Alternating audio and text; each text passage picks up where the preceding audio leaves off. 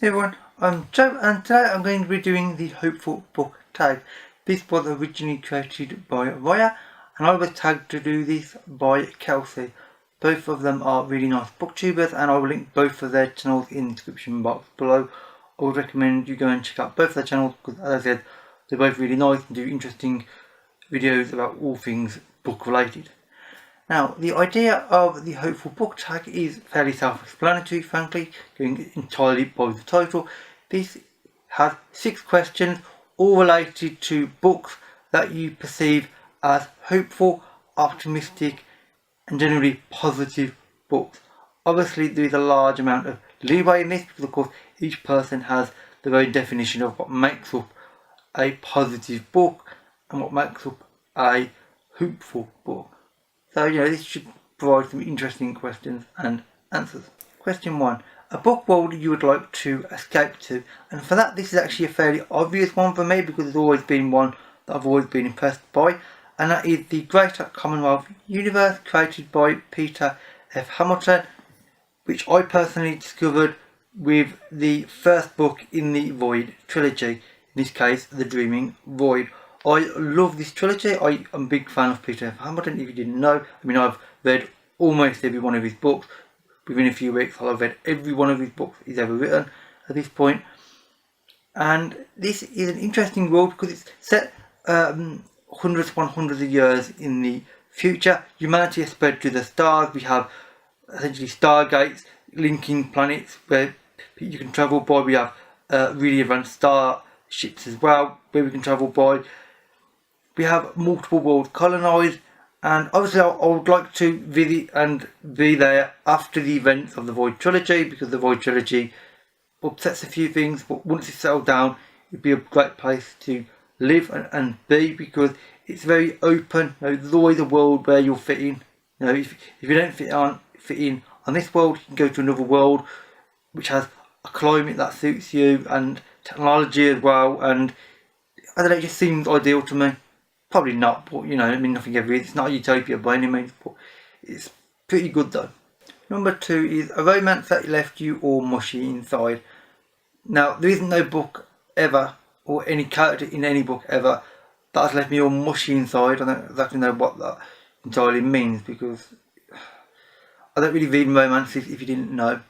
But one book, well actually a pair of books, Trilogy in fact, that I've only just very recently read, only the other day, that I thought had a very good sort of romance and a relationship in it, was The Lady Astronaut Trilogy by Mary Robinette Kowal.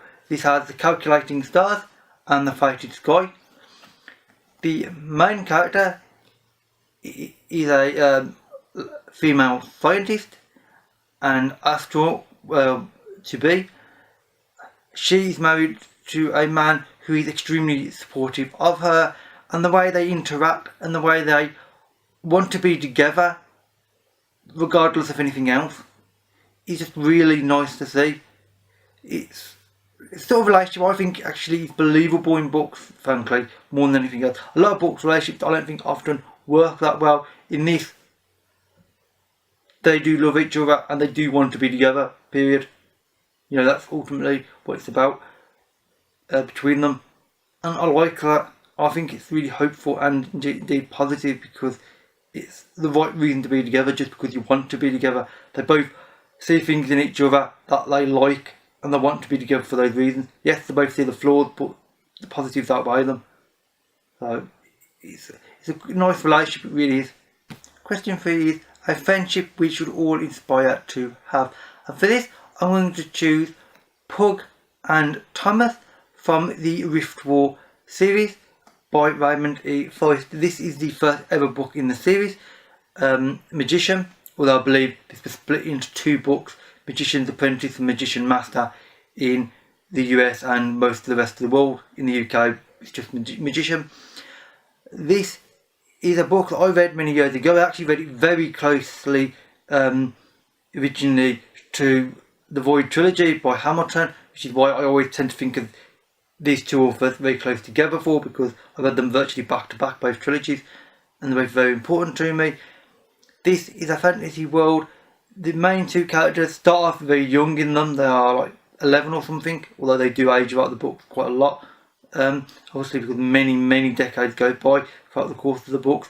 I haven't actually read all the books yet, so I don't even know where their friendship ends up, but they are good friends. They understand each other and they try to help each other where they can, but they're also aware that each other has to live their own lives, so they're not trying to sort of guard each other and protect each other too heavily. They realise that each has to grow in their own way, and they're accepting of that, which again, like the Lady Astronaut books, I think is a good relationship to have. You know, they understand how each other thinks to a large degree, and they're accepting of each other.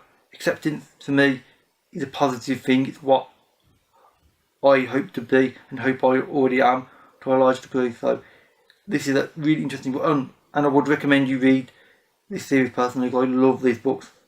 Number 4 is Intermission. Insert the cutest picture of your pet or the cutest picture of an animal you can find on the internet. And for this, I'm not going to do either. I don't have a pet, and I'm not going to randomly search for a animal either.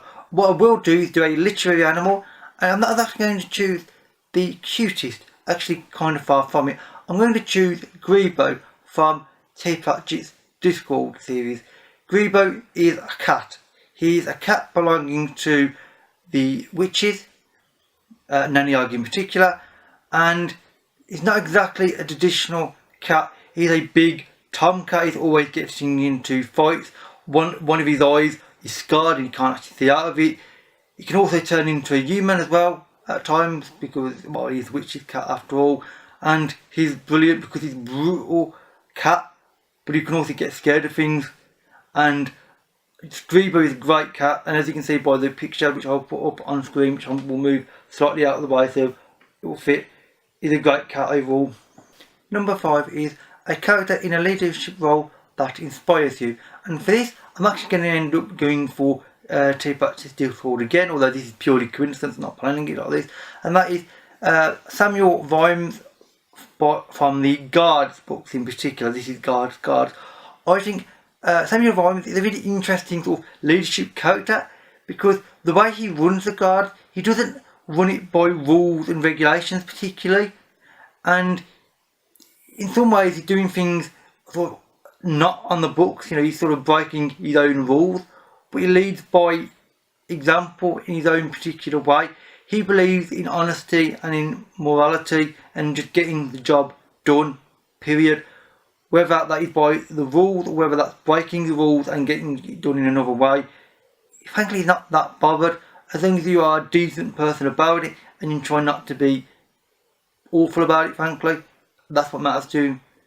I like him as a character, and frankly everybody under his command, because he's the captain of the City Watch, looks up to him, even though they may well have issues with him at times, and he has issues with himself definitely. He's still a good character to lead them and to get them to do what they need to do. The 6th and final question is, recommend 3 books that fill you with hope. Now this is actually quite a tricky one, but eventually I managed to find just 3 books, or in one case a trilogy, that I can use this question, and the first of which is Rendezvous with Rama by Arthur C. Clarke. Now Arthur C. Clarke is a classic science fiction author. He's extremely well known.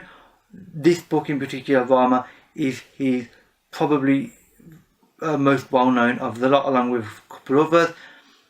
This is an interesting book because this is just about a large cylindrical object that starts flying or floating into our solar system, and humanity, rather than trying to blow it up or instead of going to war over who owns it, we just try to go to it and explore it and examine it. We just want to know what it is. It's about the human nature of curiosity, and I like this because this is a world where it's not about war, the motivations of the characters, it's not, or fighting or greed. It's about curiosity, pure and simple human curiosity. I like that. I think it's positive for the future that we might actually get to a point where we're not trying to murder each other for a change, and actually, you know, just trying to explore and build something for the future, which I think is really positive. The second book I'm going to choose is actually a trilogy, and that is the Mars Trilogy by Kim Stanley Robinson. This is comprised of Red Mars, Green Mars and Blue Mars. May not seem the most imaginatively titled trilogy ever, but they do actually work for the books, and the reason for the colours will become plain when you read them, which I would recommend you to do, because this is a trilogy set, unsurprisingly, on Mars, where humanity has started to colonise Mars, and we are trying to colonise for reasons I'm not going to go into, because you'll find that out in the trilogy by reading it, which I would recommend you do again. And I think this is quite a positive trilogy ultimately, because yes, there may be conflicts between characters and between governments and this kind of thing. You know, some governments on Earth want to send up more people than others, and people on Mars don't necessarily want tons of people joining them immediately, because the infrastructure won't hold it. All sorts of issues and problems here, but it is about trying to build a better future for ourselves and for our children, and trying to basically improve humanity out of what it is now, which is frankly an absolute terrible mess. You know, what with all things that go on in the world and the terrible governments that many countries have. I mean, certainly the UK's got a terrible government, and this is positive for the future. So I like that, and I would really recommend this trilogy. And the last book I'm going to mention is not an actual book, it's an overall series, and that is the Volcosigan Saga by Lois McMaster Bujold. Now this is a science fiction sort of epic saga. It is currently 16 books long with several other short stories and novellas within it.